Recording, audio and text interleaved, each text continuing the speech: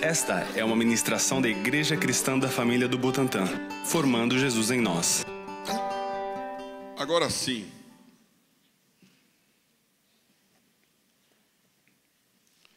Quantos estavam ontem lá no 48? Aê. Muito bem, tínhamos lá 200 e poucas pessoas aqui do Butantã. Foi a segunda maior delegação. Perdemos para Guanazes, que levou acho que 6 ônibus.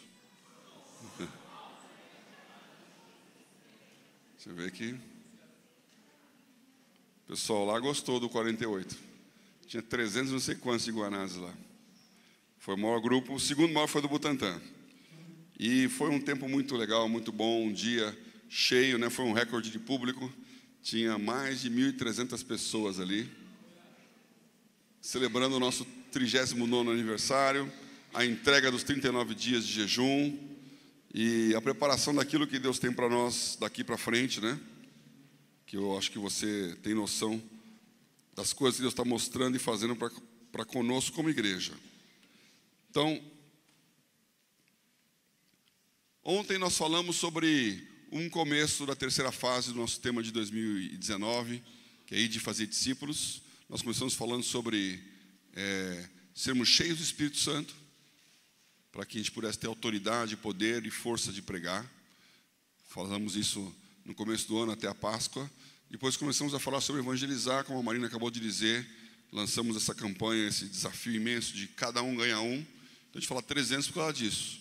Tem 300 aqui, tem mais alistados, mas uma média de 300 pessoas frequentando aqui todos os domingos. Então, se cada um puder fazer isso, se você se comprometer a ganhar uma pessoa, nós vamos ter mais 300 aqui. É bom ter 94 na fila de espera. Já tivemos aqui o último batismo com quase 25 pessoas. Vai ter mais um batismo até o final do ano. Então tem bastante coisa acontecendo, mais do que nunca. Mas precisamos e podemos fazer mais. E a terceira parte, a terceira fase desse tema é cuidar. Vou falar mais sobre essa questão do cuidar na semana que vem, que é como isso vai acontecer. Mas hoje eu queria falar um pouquinho sobre o olhar bíblico sobre cuidar. E cuidar não é assim, cuidar de nós mesmos. É cuidar dos outros. É cuidar do novo. Porque não adianta evangelizar, a pessoa vem, frequenta, fala, agora fica aí, te vira, eu vou pegar outro. E isso acontece bastante, né? Você vem aqui e faz um JEP, aí tem uma aula, um cara está toda semana com você, ir lá, toda semana, depois de 3 meses já está até gostando e fala, ó, batizou, então esquece, me erra. Vou catar outra aí, você se vira agora, que você já está grandinho. Aí você fica assim, mas e agora? O que eu faço? Vai para uma pequena família. Você tem que ser cuidado. E nós temos que cuidar. Então eu queria pensar um pouquinho sobre esse aspecto de cuidarmos daquilo que é a obra de Deus. Você conhece a a história da figueira estéril. Jesus passando viu uma figueira que não dava frutos. Amaldiçoou.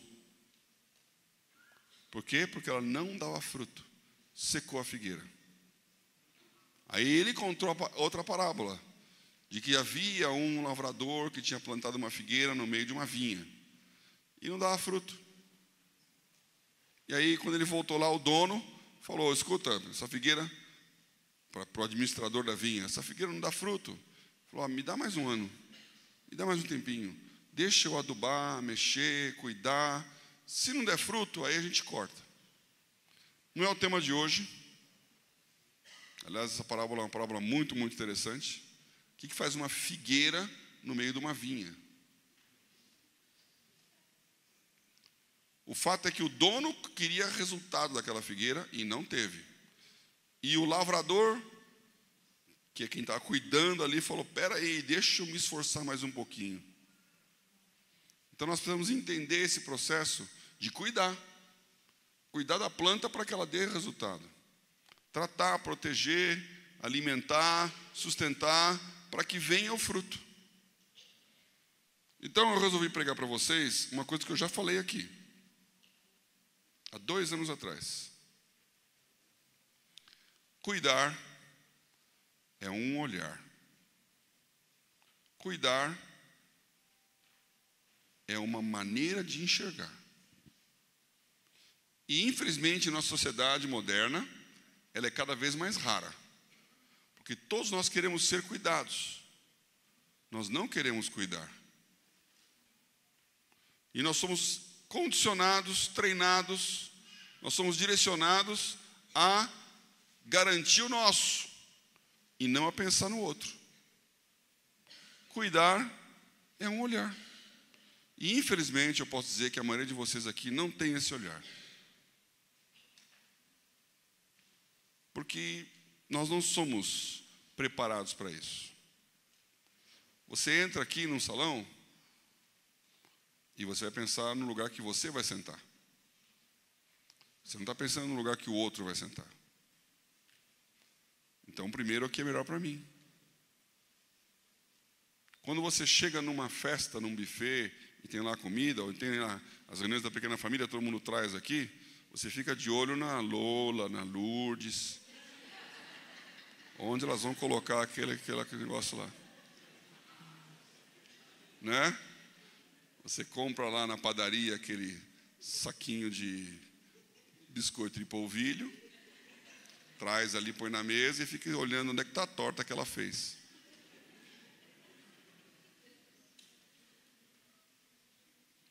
Para que alguém coma, alguém tem que trazer a comida.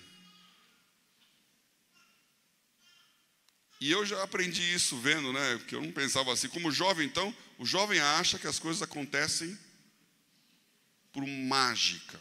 Né? Tem um videozinho que já passou aí bastante do...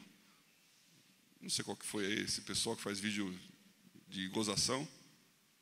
Que é um rapaz que mora no apartamento e chama lá o corretor e fala, olha, eu queria reclamar aqui, esse imóvel aqui que eu aluguei aqui, não está como eu esperava. Ele falou, o que aconteceu?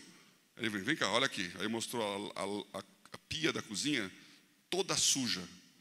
Falou, ó, ontem deixei ela assim. Cheguei hoje de manhã, está igual. Não limpou. Olha o quarto aqui, tudo bagunçado, não arrumou. Aí o cara vai começando a conversar, mas espera um pouquinho. Aí você vai vendo que aquele jovem acha que a casa se arruma sozinha. Por quê? Porque enquanto ele mora na casa dos pais, é o que acontece, né? Ele acorda, sai, quando ele volta, está tudo bonitinho. Quem será que fez isso? Quem que lavou aquela louça? Eu admiro essa capacidade de fazer essas coisas, né? Eu chego em casa, às vezes, cansado pra caramba. Falo, meu, eu não quero falar com ninguém. A Leni está lá, limpando o chão da sala lá. Ontem eu estava lá, descascando o sinteco lá. Mandou comprar um anti-cera, tirar a cera velha. Você sabe quando eu faria isso? Sabe uma coisa? Hoje é quarta-feira à noite. Acho que eu vou chegar em casa, eu vou descascar toda a cera da minha sala. Uau! É um olhar. A mulher consegue chegar em casa à noite, ainda vai arrumar tudo para depois ir dormir. Glória a Deus. Não é um olhar? Eu que sou cego, entendo. É a capacidade de enxergar um negócio que você não está enxergando. Para mim está bom assim, está ótimo. E vai acumulando aquela confusão. Da mesma maneira com as pessoas. Tem gente que tem um olhar. Eu já falei isso aqui. Eu estudei em São Carlos, como estudante universitário. Primeira vez que eu fui morar fora de casa, enfrentar essa questão de lavar roupa, lavar louça, manter a casa lá. Mas aí tudo bem, sou eu sozinho. Agora, domingo, você faz o quê numa outra cidade? Então eu frequentava uma igreja lá. E aquela igreja tinha um programa das famílias adotando os alunos universitários. Porque você está num outro lugar, sozinho, onde você vai almoçar? Domingo. Quando o restaurante universitário está fechado, você tem que comer em algum lugar. Ou fazer comida em casa, ou ir num restaurante, numa pensão. E tinha sempre uma mulher que chegava no fim do culto e perguntava: onde você vai comer? E eu falava: na sua casa.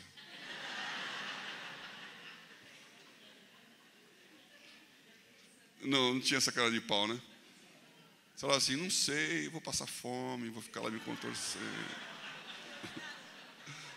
Aí, não, vem aqui em casa. É um olhar para o estrangeiro, um olhar para o órfão. Sai a pessoa da prisão, onde ele vai trabalhar? Quem está preocupado com isso? Vem uma noite de frio, qual cobertor que ele vai usar na rua? Que roupa ele vai vestir se ele não tem dinheiro para comprar roupa? É um olhar. E algumas pessoas têm esse olhar da ajuda social. Algumas pessoas têm um olhar da hospitalidade. Convida para vir em casa.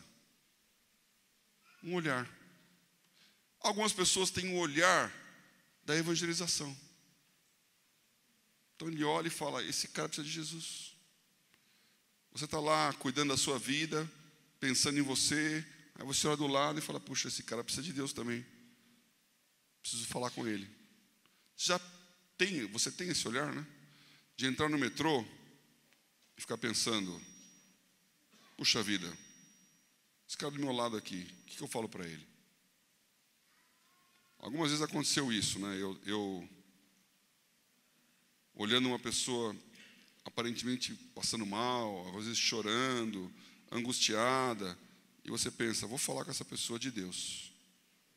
E aí você pensa também: será que ele vai querer ouvir?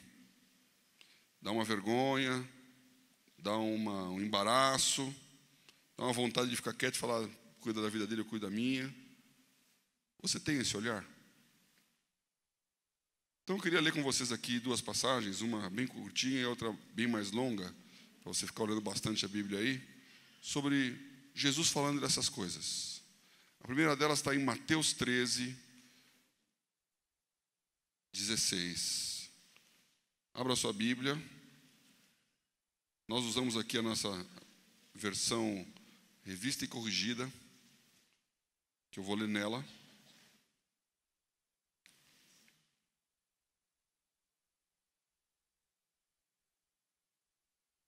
Mateus 13, 16. Aqui fala assim: bem-aventurados os vossos olhos, porque veem, e os vossos ouvidos, porque ouvem. Porque em verdade vos digo que muitos profetas e justos desejaram ver o que vós vedes, e não viram, e ouvir o que vós ouvis, e não ouviram. No meio de um contexto da parábola aqui, Jesus fala isso para os discípulos. Bem-aventurados significa felizardos, felizes, sortudos. Vocês têm sorte de poder ver e ouvir o que vocês estão vendo e ouvindo. Eu posso dizer a mesma coisa de vocês hoje aqui. Vocês estão num lugar em que essas coisas estão sendo ditas. Na maioria dos lugares agora, as pessoas estão falando: olhe para você, pense em você, compre para você, seja só você. A igreja é um lugar onde você tem a chance de ouvir: olhe para o outro, pense no outro. Não busque cada um o que provavelmente é seu, mas cada qual pense no outro. E Jesus diz que muita gente quis ter aquela oportunidade que eles tinham. Muitos profetas e justos desejaram ver o que vocês estão vendo e ouvir o que estão ouvindo, e não ouviram. Muita gente teve menos chance do que você tem hoje de ouvir e ver Deus. E essa é a minha pergunta para você essa noite. Você consegue enxergar o que Deus está fazendo no meio do seu dia a dia? Você consegue discernir a presença de Deus? Eu sempre uso esses textos, né? Eu estou a fazer uma coisa nova na terra. Podeis sentir? Podeis perceber? Isaías 43. Jacó se levanta na sua noite no meio da estrada e fala: Deus está nesse lugar. Eu não sabia. Eu não estava enxergando. Eu estava enxergando uma dificuldade. Eu estava enxergando uma fuga. Eu estava enxergando uma total ausência de estrutura. Mas esse lugar não é outro senão a porta do céu. E ele coloca um altar ali em Betel. Você consegue enxergar na sua vida o que Deus está fazendo e não aquilo que aparenta, aquilo que está por trás de Deus e não aquilo que está por trás do homem? Então eu queria usar uma passagem aqui que Jesus fala sobre essas coisas e aplicar na sua vida assim como apliquei na minha, né? Bem-aventurados os vossos olhos, bem-aventurados os vossos ouvidos, porque vocês estão vendo e ouvindo. Muda aqui 2 capítulos para trás, para Mateus 11.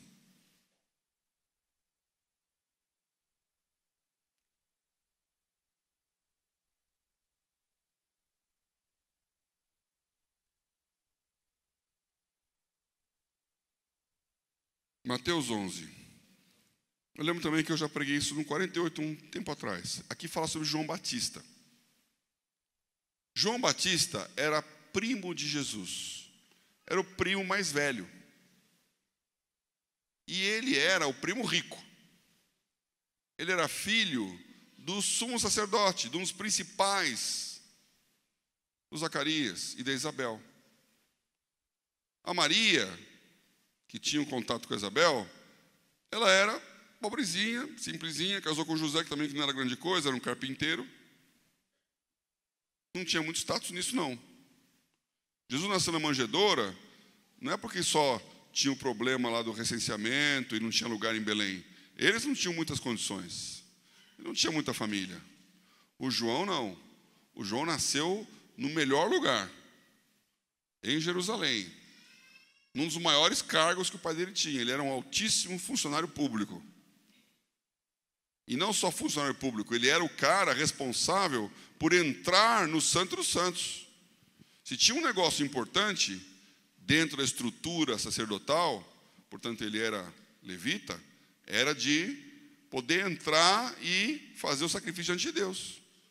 E uma vez por ano havia o maior de todos, que era entrar onde estava a arca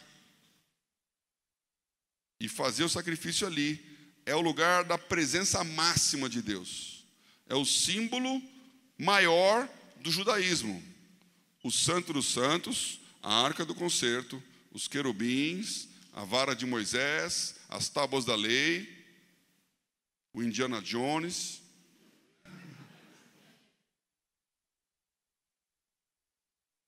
E o Zacarias entrava lá. E como diz aí a tradição, tinha que entrar um para fazer o sacrifício e com uma cordinha amarrada no pé. Se desse um piripaque no indivíduo lá, o outro que entrasse também ia apagar junto. Então, era o lugar da presença de Deus. E o Zacarias entra, e ele entra naquele lugar com um coração.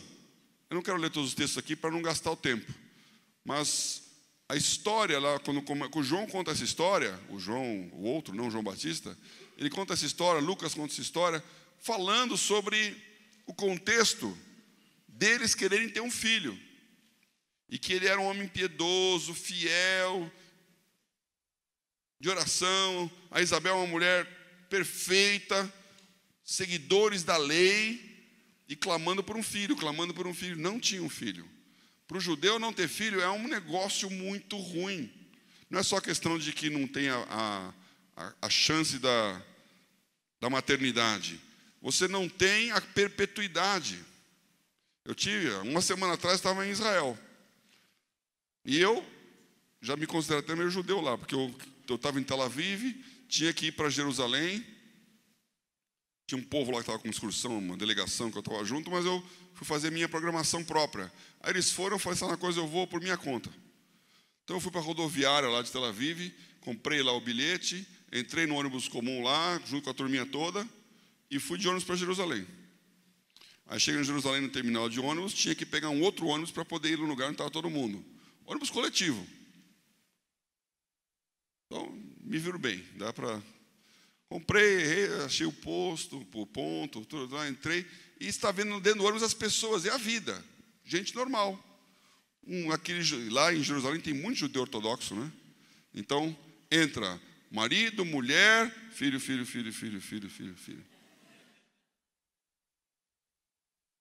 Uma escadinha assim, né? E é assim, o cara nem aí, o cara lá com aquela cara de estou aqui pensando no alto em Deus, e a mulher cuidando de todo mundo ali. Aquela criançada toda com aquela roupinha toda diferente, né? Meia calça até em cima, as menininhas ali, o menininho com o cabelinho assim. Tem que ter filho. Você pensa no Zacarias, o cara queria um filho, não tinha filho. Então ele clama a Deus, um filho. E quando nasce, quando ele entra no Santo dos Santos, aparece um anjo e fala: Zacarias, você é o cara. Suas orações foram respondidas. Você vai ter um filho. E ele fica assim. Como assim? Quem é você? Como? Não acredito. Eu já falei isso, eu quero repetir aqui, porque muitos cristãos têm essa mesma postura. Você vem para a igreja, você lê a Bíblia, você acredita em Deus, você pede coisas para Ele. Na hora que Ele te aparece, você fala: não acredito. Amigo, você está no Santo dos Santos, no lugar mais de Deus possível, aparece um anjo e fala: anjo não existe.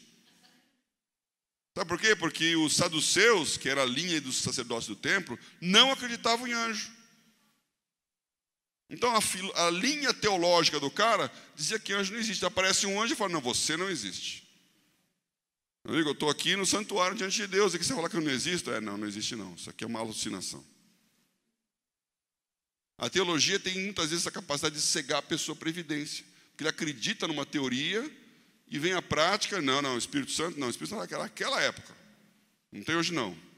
Aí Deus mexe com a pessoa, está com vontade de chorar, está ali, fica segurando lá: não vou deixar, não, não.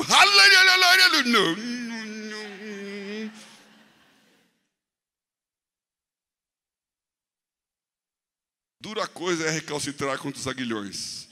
Foi o que Jesus falou para Paulo. Paulo, era outro filósofo teólogo lá. Paulo, está difícil, né? Estou te apertando, e você está lá se segurando. Então Zacarias ficou ali, aí ele falou: bom, já que você não acredita, vai ficar sem voz mesmo. Saiu mudo. Ele falou: o seu filho vai chamar João. João não era um nome que o judeu dava para o seu filho. Então quando ela ficou grávida, ficou todo mundo assim e o Zacarias mudo. Imagina o Fernando fazendo acontece aqui, mudo. Nasceu a minha filha, vou falar como agora? E aí então, quando perguntaram o nome, ele falou: o nome dele é Zacarias. João. A Isabel, então, João? Não é possível. E aí o Zacarias escreveu numa tabuinha lá: o nome vai ser João. E quando ele admitiu aquilo que o anjo tinha dito, voltou a falar. E as pessoas ficaram pensando: quem é esse menino? Esse menino é especial. O que esse cara vai fazer? Então João Batista nasceu com a marca assim: esse pode ser o Messias. Porque um anjo apareceu para o sacerdote no santuário, deixou o cara mudo, e ele é diferente. E o João Batista era realmente diferente. Ele saiu de todo estilo, de todo esquema. E vivia no deserto, comia gafanhoto. Entendeu? Enquanto lá o budista, lá, o oriental, estava lá chamando o discípulo de gafanhoto, João está comendo gafanhoto. Mel e gafanhoto, vestido de pele. Estranho, cara. Ele era um revolucionário, um outsider. E porque ele estava entendendo que tinha um novo de Deus, que não tinha nada a ver com o velho que a família dele cultuava e guardava. Era absolutamente revolucionário. E o João discerniu pelo Espírito Santo. Quando Jesus, que era o primo dele mais novo, veio, de que Jesus era o Messias. Agora pense você em um primo mais novo pobre, e você entender que ele é o Messias, e você fala assim, esse é o cara, e eu não sou digno de desamarrar a sandália dele. Eu só vim preparar o caminho. Ele vai fazer acontecer. Eu vim batizar você com água. Ele vai batizar com o Espírito Santo e com fogo. João Batista teve a capacidade de entender a vontade de Deus, de enxergar a vontade de Deus, fora do contexto em que ele vivia e contra a sua própria vontade e expectativa. Poucas pessoas podem fazer isso.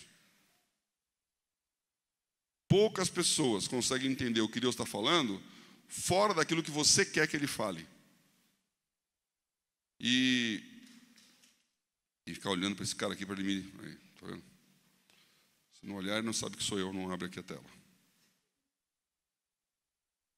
E no capítulo 11 de Mateus,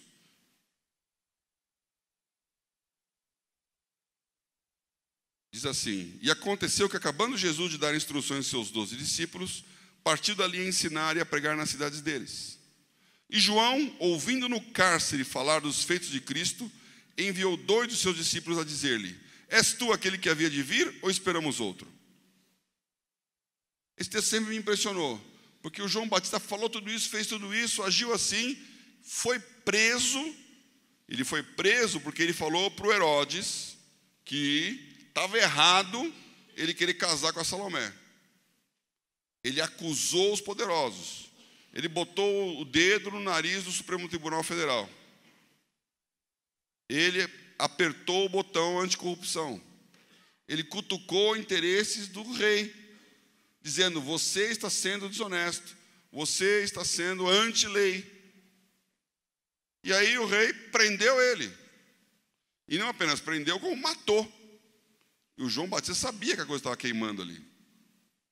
Porque a história da Salomé, a famosa Salomé, que era filha de Herodias, que foi lá dançar, e o rei achou aquela mulher lindona, ele sabia que era aquela filha da mulher dele, que tinha pego a mulher, falou, que se quiser eu faço. E a mãe falou, manda ele degolar o João Batista.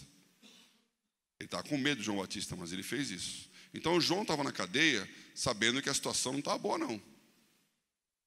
E nesta hora em que ele está preso, por conta dos seus ideais, em que ele está vendo o final da sua história não ser nada igual ao que ele imaginava, em que ele está discernindo que o seu papel estava acabando,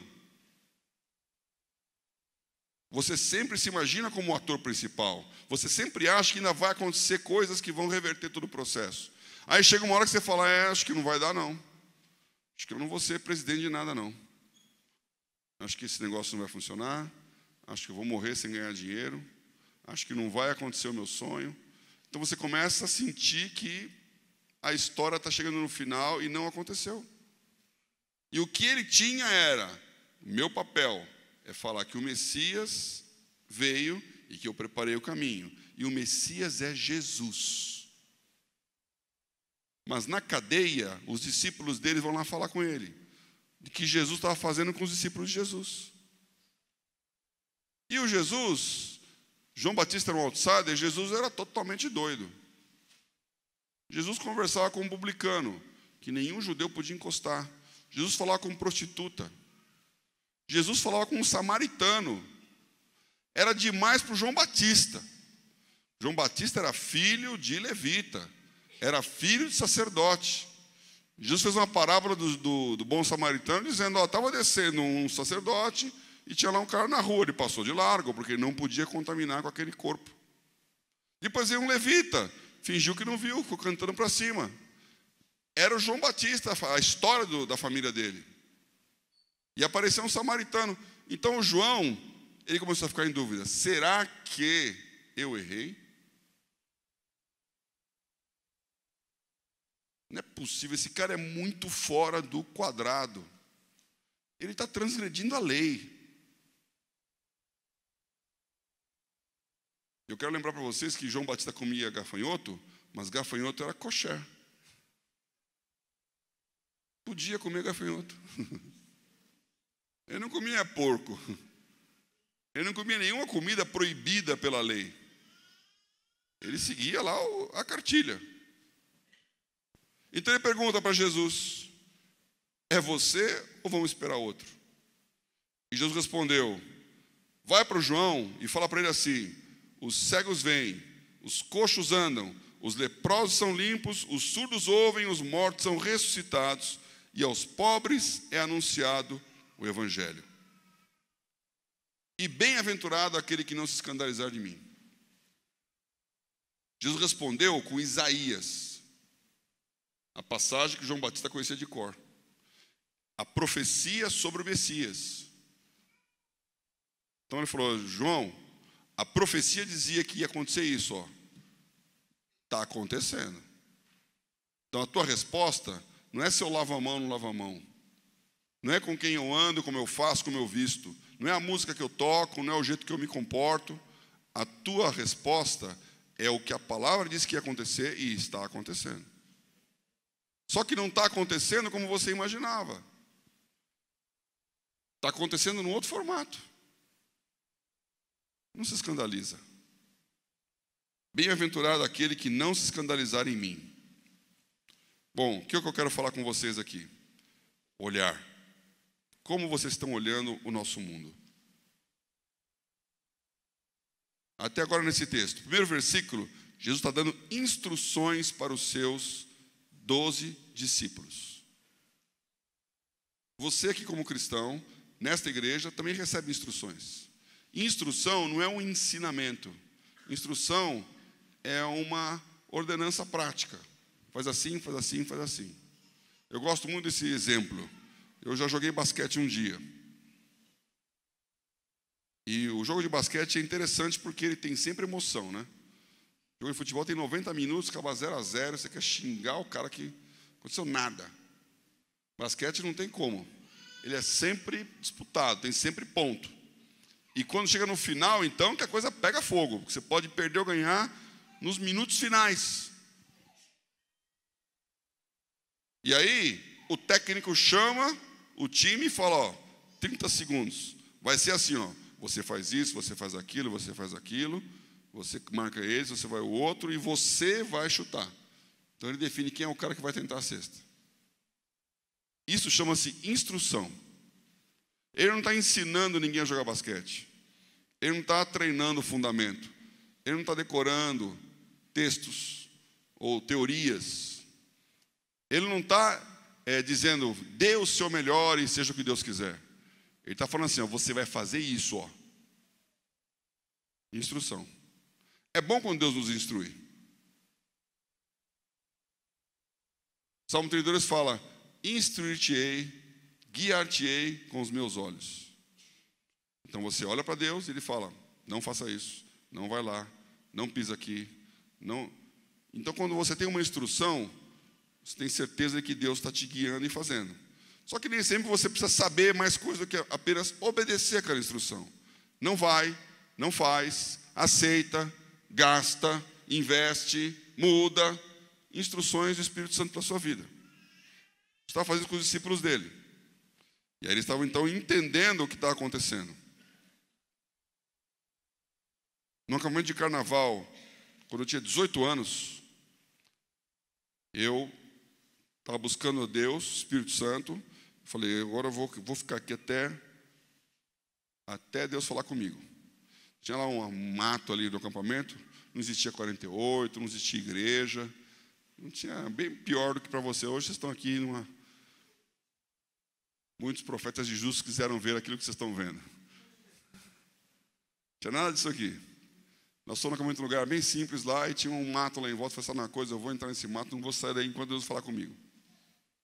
Entrei no mato de manhã, e anoiteceu, eu estava lá. Deus vai falar comigo. Sabe o que aconteceu? Nada. No final do dia, depois de 8 horas, 10 horas, eu não sei quanto tempo tinha passado ali, o dia inteiro, eu já estava assim: Deus, se o senhor quiser, ó, só parece um passarinho aí cantando, para mim está bom já. Né? Não precisa nem brilhar folheto, graveto, nada. Alguém chamando pelo meu nome. Um vento que bate na minha... Qualquer negócio eu estou comprando aqui. Não aconteceu nada. Eu, pelo menos, também não quero forçar muita barra, não. Então, assim, dizer que é uma coisa que não é do meu estilo. Então, não aconteceu nada. Eu falei, amém, Deus não quer falar comigo. Deus que sabe, né? Voltei para o acampamento lá. Já era a hora do jantar. Quando eu voltei, tinha um pessoal me procurando lá. Falando, Paulo, estava procurando você aqui. Vamos orar por a Leila. Vamos orar por ela. Tem um momento, um problema. Ela precisa de uma direção. Vamos orar junto.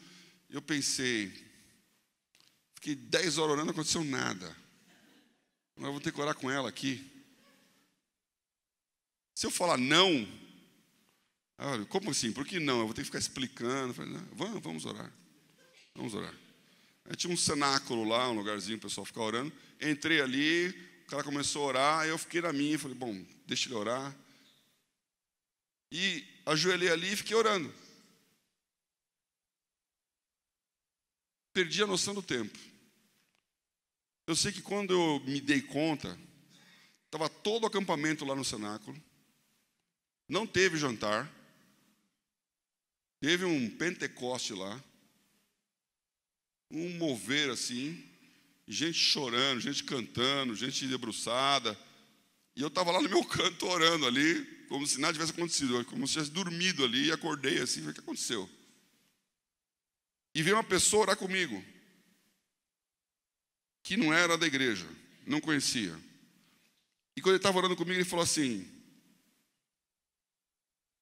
eu sei que você está esperando uma resposta que não veio. Mas você está dentro de uma floresta, buscando definições de como sair dela. Esquerda, direita, trilha no meio do mato. Naquela época eu fazia isso também, sabe? Andava bem, fazia trekking, como o pessoal fala hoje. A gente não chamava de trekking, mas era andar no meio do mato. Quando você está no meio do mato perdido, a cada passo você tem que tomar uma decisão. É para cá, é para lá. Mata fechada, não tem caminho. Você tem que conhecer o lugar. Você vive de instruções. Mas aí, quando ele começou a falar, eu tive uma visão. E aquele mato ia acabando, e quando terminava o mato, entrava uma campina assim, e tinha uma cidade sobre o monte. E tinha um anjo ali do lado. E o anjo está apontando para a cidade, dizendo, você vai para lá. Então já não era mais instrução, era uma direção de Deus. Faça o seu caminho, o seu ponto de chegada é ali. Eu sei para onde eu estou indo. Então aquela pessoa estava orando, eu estava vendo aquilo, ele falou, brevemente, você vai entender para onde Deus quer que você vá. E aí passou um mês, eu entrei em São Carlos. Saiu o resultado do vestibular, e eu entrei em São Carlos. E eu comecei a entender onde Deus queria me levar. Então quando eu leio aqui, Jesus falando sobre as instruções para aquelas pessoas, e ao mesmo tempo, João Batista tendo as suas dúvidas, eu sei que o passo a passo, as instruções, são no começo da sua fé. Há uma hora em que o Espírito Santo te mostra o que Ele quer da sua vida. E aí você vai escolher o seu caminho. Jesus está falando isso para João. Aqui no versículo 4, quando ele fala, ide anunciar a João as coisas que ouvis e vedes, ele está falando para os discípulos dele, porque ele enviou 2 dos seus discípulos. Fala, vocês estão vendo essas coisas. Vão lá para o João e fala o que vocês estão vendo. Vocês estão aqui vendo essas coisas. Vocês estão começando a enxergar. Procure enxergar mais. Domingo passado eu tirei uma foto aqui do culto. Do culto da manhã, né? E a Alzira estava ministrando, né? E veio o rapaz aqui, o menino aqui na frente, no final da pele, ficou ajoelhado aqui no chão lá. E ela foi lá e colocou a mão nele. Eu tirei a foto bem naquela hora que ela estava lá abençoando a vida dele, né? Esse rapaz tem uma história muito, muito complexa. Bem escura de feitiçaria e coisas da África. Ele vem do Congo. E Alzira e o Laércio foram lá na Penha falar do testemunho do que aconteceu na vida do Laércio. E ele ouviu lá. E ele ficou assim, com aquele testemunho, e falou, bom, eu quero mais isso aí. Então ele veio para cá, por causa do testemunho dela lá. E agora ela está dando o Jé para ele. Uma história complexa e longa que eu não vou gastar o tempo aqui. Agora, se o Laércio e a Alzira não tivessem saído da sua zona de conforto por aquilo que Deus está fazendo, continuariam aí vivendo a vida normal. Chega uma hora que você começa a abençoar a vida dos outros. Chega uma hora que você começa a ver e ouvir coisas que você não está acostumado a ver e ouvir. E a presenciar milagres. E a realizar milagres. É um olhar. Quem olha para esse rapaz? Ele veio aqui, a Leni já gastou não sei quanto tempo aí com eles aí. Orando, o pessoal da quarta-feira. Porque é uma situação desesperadora.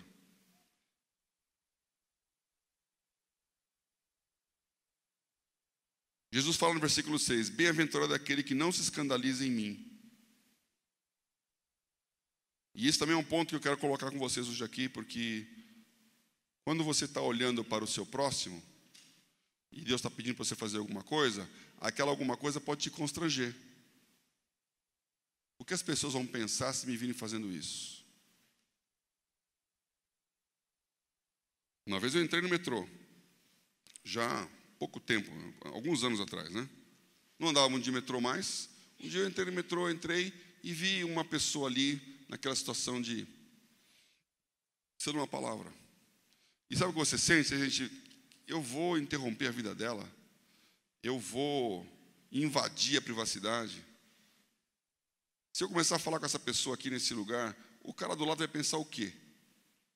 E você começa a ter preocupação com o que o outro está pensando de você. Esse é um senso de escândalo. E você começa a negar fazer aquilo que Deus está mandando você fazer, porque você tem medo da sua imagem.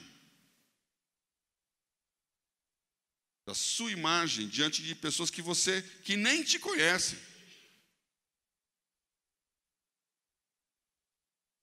Então a pessoa conta uma piada e você fica com medo de não dar risada da piada.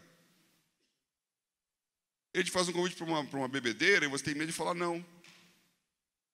Ele faz um comentário malicioso e você tem medo de falar, eu não vou na malícia não. Você começa a ficar com vergonha de ser o que você é. Porque Deus está te transformando. E quando Deus está te transformando, você para de ser o que você era antes. Existe uma luta da carne contra o espírito. Existe um jugo que está saindo da sua vida. E quando ele está saindo, você começa a falar, bom, e agora? Aquela zona de conforto, aquela capa, vai embora. Se você for em qualquer bar, entra lá e fala, estou sem grana, alguém me paga uma pinga? Uma pinga, tem sempre um cara que paga. Se você entrar no bar e falar assim, olha, eu sou cristão, queria falar de Jesus, Então, bem-aventurado que não se escandalize em Jesus. Você precisa ter certeza daquilo que você é dentro, porque aquilo que você é o que o cara precisa lá fora.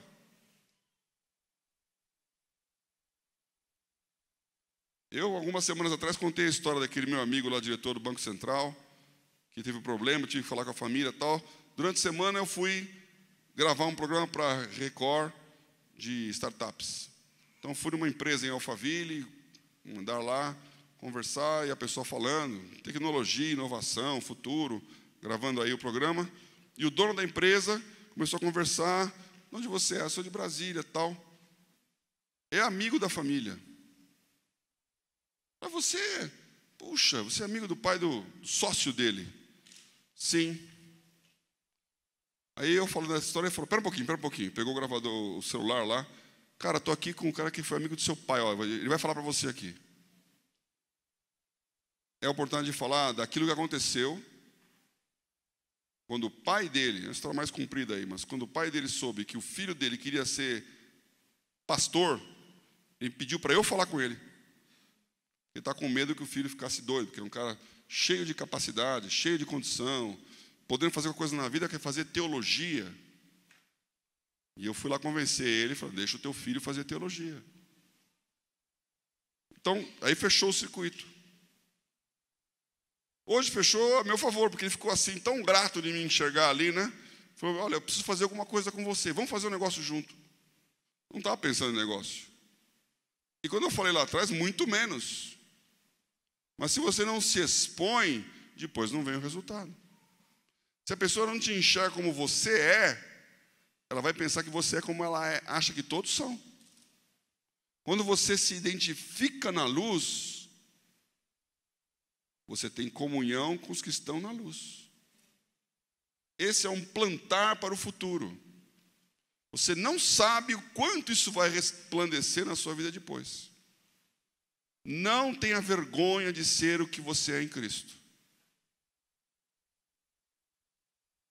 Não se escandalize com Jesus. A outra coisa que eu queria falar aqui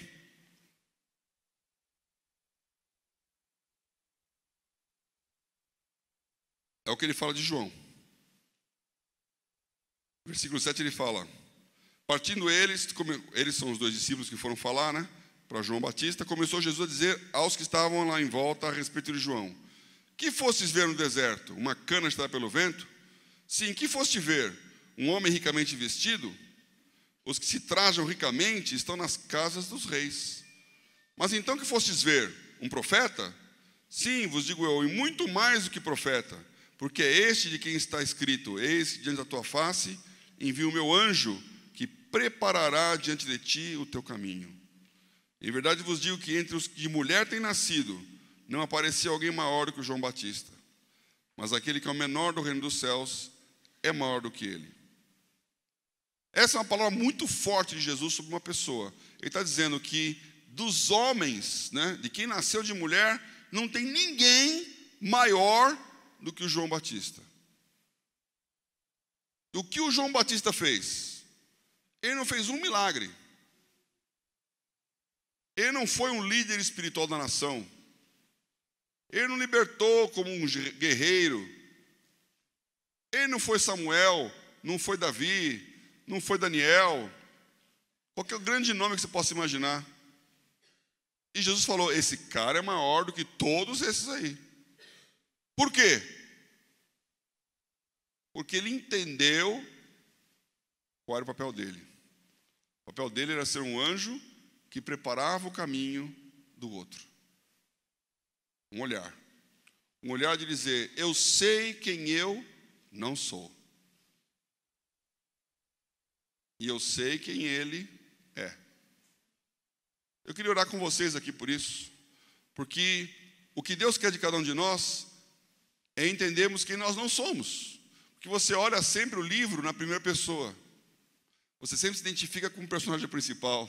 Você sempre acha que você vai ser o cara. Bom, e o que Deus quer que você faça no contexto? Siga a instrução. Cumpra a tua parte. Cuida do pequenino. Seja João Batista. Tenha a capacidade de dizer, eu sou menor do que ele.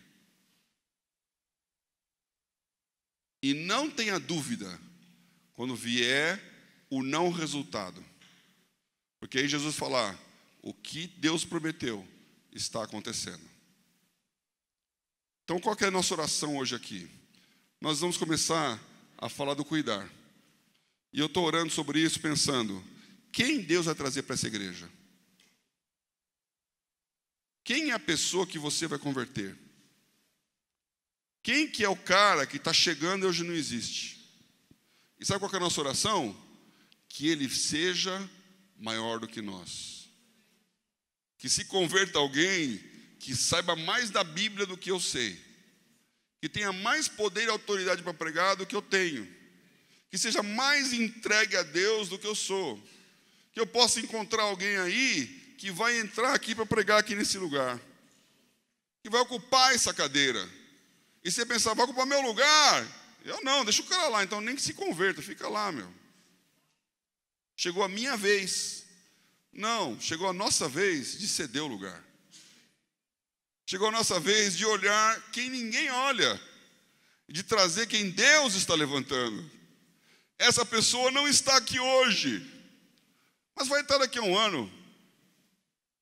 Se nós tivermos o olhar do cuidar, se você conseguir sair à rua e enxergar por trás do mendigo, por trás da criança pobre, por trás do arrogante que pensa que sabe todas as coisas, por trás do rico que confia em suas riquezas, uma alma buscando a Deus. E você vai tirar aquela capa, vai tirar aquela cegueira, vai tirar aquela proteção, para que ele seja aquilo que Deus quer que ele seja. O seu amigo, ou aquele que você fala, esse nunca. Vamos orar para sermos o João Batista e prepararmos o caminho. E fazermos o nosso papel para que o outro venha. E que venha a glória de Deus. Então eu queria que você orasse pelo nosso futuro. Nós temos muito a crescer. E eu espero muito da nova geração. Não apenas os jovens novos estão aqui, mas o novo que ainda não está no nosso meio. As cadeiras vazias aqui. É você quem vai buscar essa pessoa. É você que vai chegar para ele e falar, eu vou te batizar. O João Batista tem esse nome porque ele batizou Jesus. Então no dia em que você trouxer essa pessoa e entrar na água ali com ele, você vai ser o João Batista. Eu estou batizando você agora. Eu preguei o evangelho para você. Eu falei de Jesus para você. Você se converteu. Agora você está saindo da água batizado. Vai e faz mais do que eu fiz. Vai e seja maior do que eu sou. Vai e ocupa o teu lugar nesse lugar aqui. Tenha esse coração. Amém? Eu queria que você fechasse seus olhos. Vamos louvar aqui ao Senhor.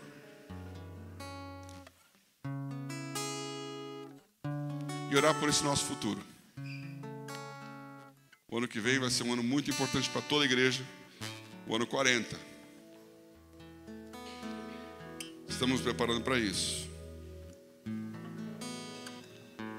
Cuidar é um olhar.